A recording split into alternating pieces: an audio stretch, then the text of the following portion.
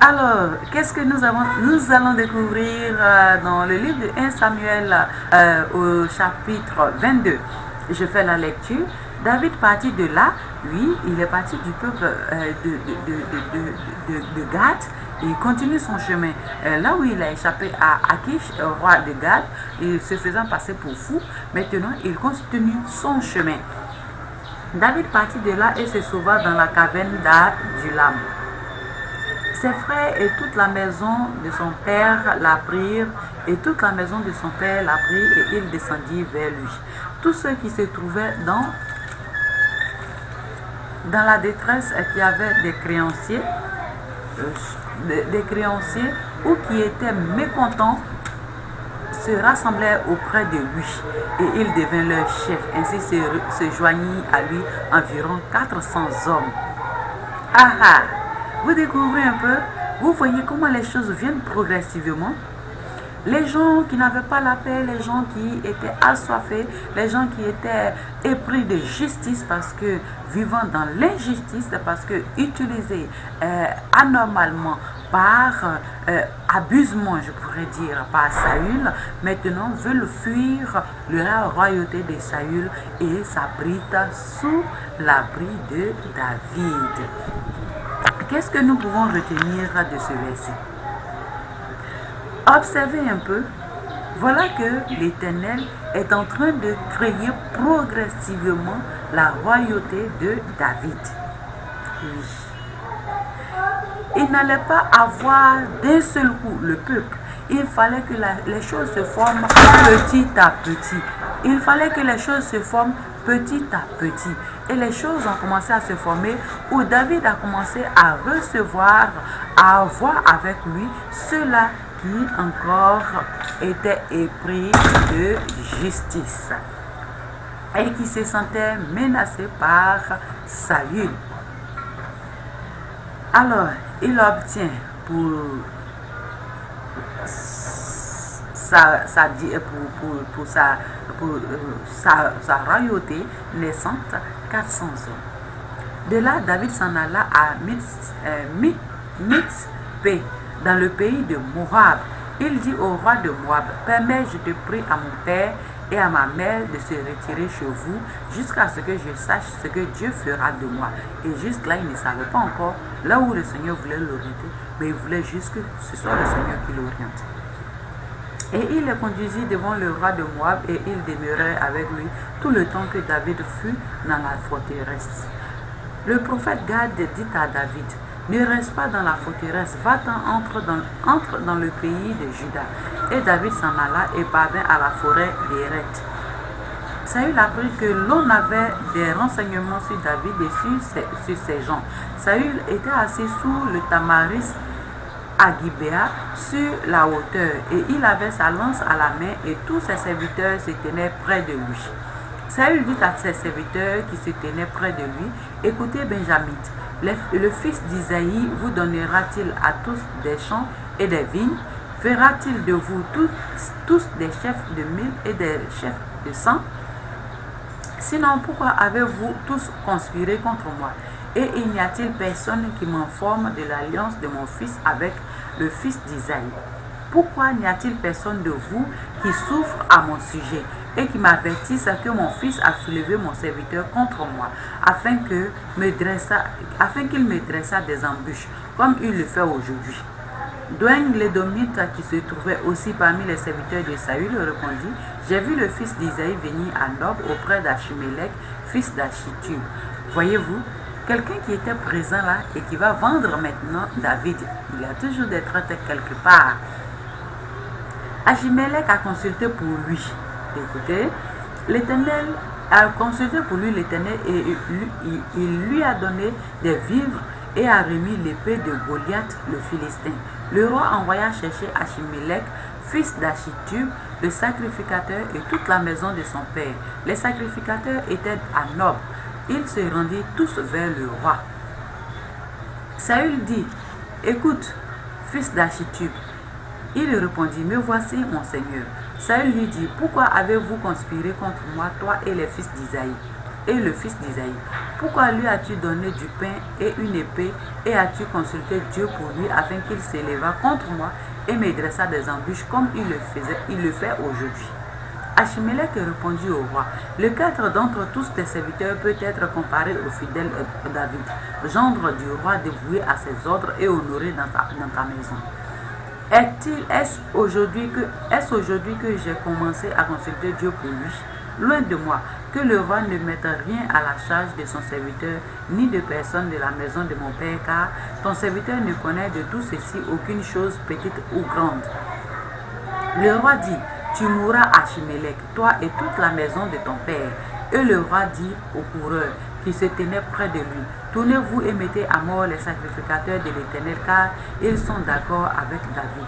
Ils ont bien su qu'ils s'enfuyaient et ils ne m'ont point averti. Mais les serviteurs du roi ne voulurent pas avancer la main pour frapper les sacrificateurs de l'Éternel. Alors le roi dit à Douigne, tourne-toi et frappe les sacrificateurs. Et Douigne le domine se tourna, et ce fut lui qui frappa les sacrificateurs. Il fit mourir en ce jour 25 hommes portant le faute de lin. Saül frappa encore du tranchant de l'épée noble, ville sacerdotale. L'homme et femmes, enfants et nourrissons, bœufs, ânes et brebis tombèrent sous le tranchant de l'épée. Un fils d'Achimélec, fils d'Achitub, échappa. Son nom était Abiatar. Il s'enfuit auprès de David et lui rapporta que Saül avait tué les sacrificateurs de l'Éternel. David dit à Abiatar, j'ai bien pensé ce jour même que Douigne le domine se trouvant là ne manquerait pas d'informer Saül. C'est moi qui suis cause de la mort de toutes les personnes de la maison de ton père. Reste avec moi, ne crains rien, car celui qui cherche ma vie cherche la tienne. Près de moi, tu seras bien gardé. Amen. Voyez combien de pertes de vies humaines pour pouvoir atteindre David. Quelqu'un qui était présent là, qui fait un faux témoignage. J'imagine pas son sort à lui plus tard, parce qu'il a porté main au sacrificateur de l'Éternel. Dieu a bien dit que personne ne touche à son oint. Et s'ils sont un sacrificateur, alors personne normalement ne devait porter main à ces personnes. Pourquoi est-ce que les autres personnes ont refusé de toucher à la vie de ces sacrificateurs?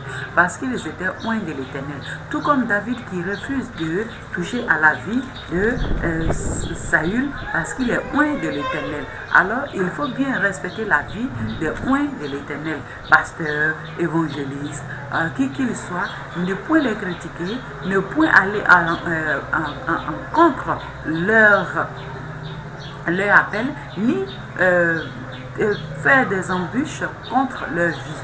Parce que si nous le faisons, inconsciemment ou consciemment, l'Éternel nous frappera. Et aujourd'hui, nous sommes sujets à plein de maux, plein de douleurs comme cela, parce que nous ne suivons pas la parole de Dieu. C'est vrai, de l'Ancien Testament au Nouveau Testament, la parole est oui et amen. Rien ne peut y changer. Oui, Jésus n'est pas venu pour abolir la loi, mais juste il est venu pour nous apporter la grâce. Voyez-vous?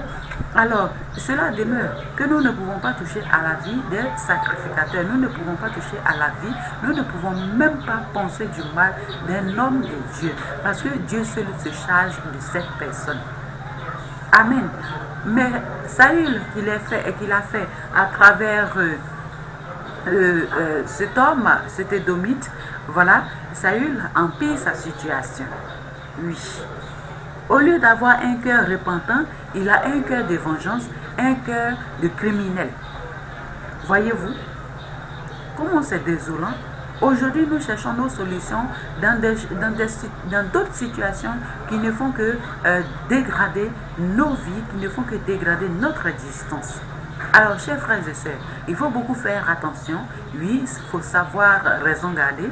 Et quand nous savons que nous ne sommes pas en règle devant l'Éternel, mieux vaut chercher à solutionner notre vie avec le Tout-Puissant que de chercher à accuser tous ceux qui sont autour. Pourquoi Saül souffre? Saül souffre parce qu'il n'a pas obéi à la voix de l'Éternel. Là où il y a appel, il y a démonstration de capacité. Dieu, il te regarde, toi, ce que tu peux produire, et non ce que celui qui est à côté, il produit pour toi. ou ce que celui qui est à côté fait pour être meilleur que toi. Ce n'est pas cela que l'Éternel regarde. Il regarde à toi ta capacité. Il regarde à ce que toi tu peux faire. Il regarde à ce que toi tu peux donner. Il regarde à ce que toi, cette relation que tu veux réellement tisser avec lui. Si Saül avait fait le détour et qu'il avait seulement pensé, Éternel, oui, comment est-ce que je peux me racheter avec toi? L'Éternel lui aurait donné une solution. Mais lui, sa solution qu'il a trouvée, c'était d'attenter à la vie de David. Et pour cela, il continuait, il multipliait son crime, il multipliait son défaut en tuant des personnes innocentes. Amen. Frères et sœurs, quand nous prions, quand nous sommes avec Dieu et que nous sentons que notre relation est dégradée, il faudrait fléchir genoux et demander au Seigneur, Seigneur, aide-moi à reprendre ma relation avec toi. Nous allons donc prier pour ce thème-ci. Oui, là où il y a appel, il y a démonstration de capacité. Mais là, nous parlons d'un point focal qui est la relation avec Dieu. Notre relation avec Dieu. Savoir orienter notre relation avec Dieu. Nous allons donc prier pour que le Seigneur nous aide à toujours maintenir notre relation avec lui. Seigneur, je voudrais bénir ton nom de ces paroles que tu partages avec nous. Il nous arrive, Seigneur éternel Dieu Tout-Puissant, de nous retrouver dans des situations qui ne glorifient pas ton nom. Il nous arrive, au Père éternel Dieu, de nous retrouver, au Père éternel Dieu, dans une mauvaise posture vis-à-vis de toi. Mais souvent, nous accusons nos frères, nous accusons nos prochains, nous accusons ceux qui sont à côté, nous accusons des personnes, des canaux, pour dire que oui, tel canal a été mauvais, ou telle personne n'a pas eu une bonne attitude. Voilà pourquoi ma relation avec Dieu n'a pas été exact. Pourtant, Seigneur éternel Dieu, cette relation que tu as avec nous, elle est individuelle. C'est pourquoi je te prie pour chaque frère, pour chaque soeur, de donner à chacun, d'avoir l'intelligence et la sagesse de pouvoir parfaire toujours sa relation avec toi. Gloire, honneur te soit rendue de ce que tu nous donnes, des enfants humbles, des enfants s'humiliant toujours devant leur Père. Sois élevé, Seigneur, de ce que tu fortifies notre foi, de ce que tu nous relèves, de ce que tu nous pardonnes, de ne pas nous souvenir de notre premier amour et de nous donner cette grâce et cette sagesse de pouvoir reprendre notre premier amour avec toi, afin que notre relation avec toi soit au beau-fils. Sois exalté, Seigneur, au nom de Jésus-Christ. Amen. Amen. Alors, la prochaine étape, chers frères et sœurs, toujours là où il y a démonstration, là où il y a appel, il y a démonstration de capacité, mais ce sera cette fois-ci avec le chapitre 23. Nous avons vu le chapitre 22, ce que cela nous enseignait. Maintenant, nous verrons bien au chapitre 23 ce que cela peut bien aussi nous enseigner. Gloire soit rendue à l'Éternel de ce que vous suivez Retro-Vie TV sur YouTube. Je suis contente de partager chaque instant avec vous. Je vous dis à très bientôt.